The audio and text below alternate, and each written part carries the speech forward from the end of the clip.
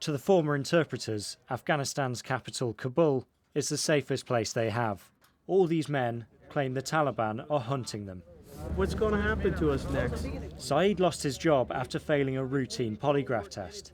Despite serving with the US forces for 7 years, his name was added to a list meant to weed out the Taliban.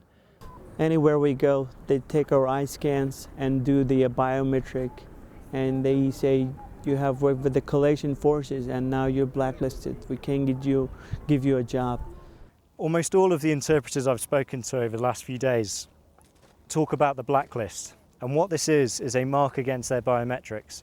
So the US, British and ISAF military have a system, a database where they put fingerprints, iris scans and personal details of troublemakers, of terrorists, people in the Taliban, people who have committed crimes. And these interpreters have been put on that list, which means when they try to get a job in government, when they go to an airport to get a flight out of Afghanistan, when they go to the US Embassy to get a US visa, they're marked men. They can't do those things, leaving them trapped in Kabul. Nadir used to work with US Special Forces. Yeah, this is my home. During a raid, he had an argument with his commander. Less than a week later, he was sacked and added to the list. He's taking us to his family's village. A year ago, the Taliban came here, dragged him from his home to the graveyard. More men were waiting for him there. They took my hand and brought me here, and their vehicle was parked here. Once I saw the other two guys were inside the vehicle, they were armed with a rifle. One of them, they took off the pistol and told me, if you're not going to go with us, I'm going to shoot you in the face. They shot me here, and it's came out, its head here and came out from there. The only place which I was feeling myself, it was my own home. But that home became a combat place for me. The US State Department told us, "We have the highest respect for the men and women who take enormous risks in supporting our military and civilian personnel." The Secretary of State has asked US Congress to provide additional visas for Afghan SIV applicants so we can continue the programme in 2015. But those dismissed will have a very hard time getting a visa, leaving these men without hope, safety or a future in their own country, where they are being pursued by the Taliban. Just tell me why these translators are more of a target than anyone else in Kabul. Thanks for having me, first off.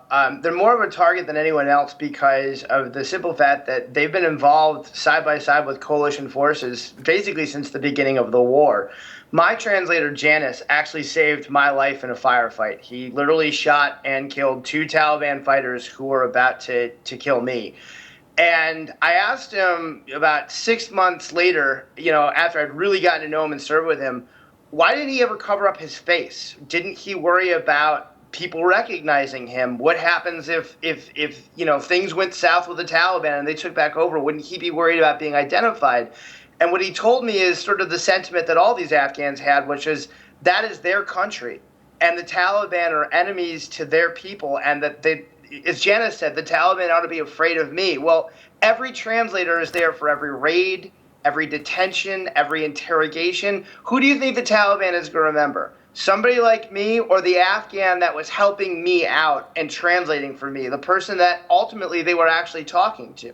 But the United States and the UK do have programs for translators, and we've just seen that in our report.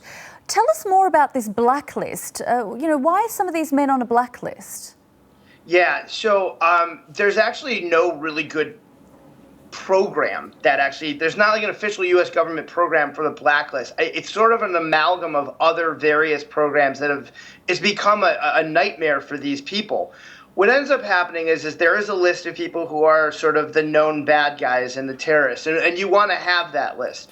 But too often, the U.S. military and NATO allies have used this list to essentially justify the firing of translators. There's almost no labor rights law, for example, in Afghanistan. These people can be dismissed for just about anything. There's a company called Mission Essential Personnel that seems to be behind the bulk of these people being added to this list. And a lot of the reasons that are cited are absolutely not justified.